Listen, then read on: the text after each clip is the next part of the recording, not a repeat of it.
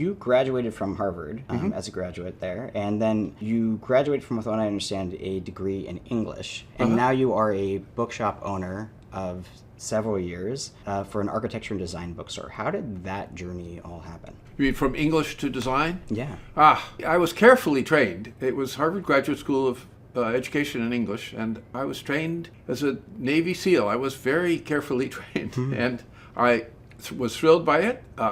It happened to also be 1968, a difficult time for lots of things, and the end of one era and the beginning of a different era, and or at least a different decade. And I came out west, and I had never been out west. And in those days, if you had asked, I had a life, I had friends, I had lots of people around, and I had intended to probably teach in colleges and schools and things in New England. And I had friends, but if you'd asked all of my friends, tell you all what they knew about Seattle, that no one really would have been able to deliver a cup of coffee, because it wasn't in the language then of people. There was no, it just wasn't. And I had, frankly, never heard of Mount Rainier or Space Needle or Puget Sound. And I thought I was a busy fellow with learning things. But anyway, I came out here, and we started a little bookstore up in Wallingford, Montana Books, with two wonderful partners, because frankly, there wasn't much to do. We didn't start it to make money, but we did start it sort of as a social center, really, and it worked like a little charm. And Tom Robbins and Alan First and Marianne Wolfe would come every Sunday night and read, and it was really quite, in its own crazy way, a good miracle. And it was a lovely little bookstore. But in that store, in running that store, while we were carpenters and writers and things at the same time, while running that store, I started to focus on the design books and the few architecture books, but the graphic design books, and then we published a book. I can't remember why, but we published a book. We republished a book. From Harper and Row, called The Art of Seeing, Aldous Huxley, which I thought was quite amazing that this little store could publish an Aldous Huxley book. But I called him up, I said, how much for the reprint rights? And he said, $20,000. That was off our chart. I said, well, how about just 1,000? And he said, let me check. And he came back and he said, fine. So we published this book, and as we were working on the design of it with a graphic designer, he said, what typefaces are you thinking? And I realized I didn't know anything about typefaces.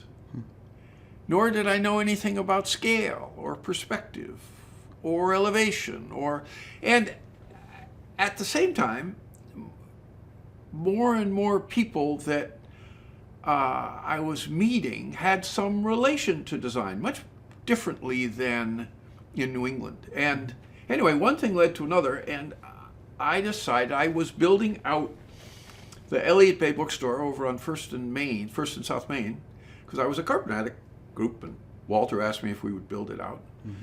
I was walking around down here, and I thought, I'm going to put a little store in here that just does design books. And, it was, I think, 1978, and nothing was really working for anybody, but at least it was all possible because it wasn't expensive. And so we opened the store, and including we kept the store up in Wallingford. We opened the store, and it, I always like to say, if it had been a Broadway show, it would have closed after 4 days, but it wasn't. It was a shop. And of course, for a shop, you take the longest possible view before they drag you away. And so I kept it open, and even though it was an impossible situation. And but then I started to meet more and more architects, and I started to become more and more interested in, frankly, I was shocked that my education didn't include any of that. I knew nothing about such things. I was really I was a detonations expert on King Lear. You know, I was a carefully trained assassin on Shakespearean sonnets, but I simply knew nothing about architecture. And then people will say to me, "Oh, did you want to be an architect?" I said, No. I didn't want to be an architect, nor, to be honest, would I have been a good architect. But I'm a good judge of architecture, or some part of architecture, and I'm a very good judge of architecture books, and I love them. And if you're, I guess the message is, if you're to open a shop, make it that the shop has things that fascinate you somehow, because you're together a lot. Yeah. And the idea that things are of an enormous interest and unfolding to you, that will really help. So that's the answer. Long answer, but that's true. No, beautiful. Thank you. No, that's true. Yeah, thank you for sharing that.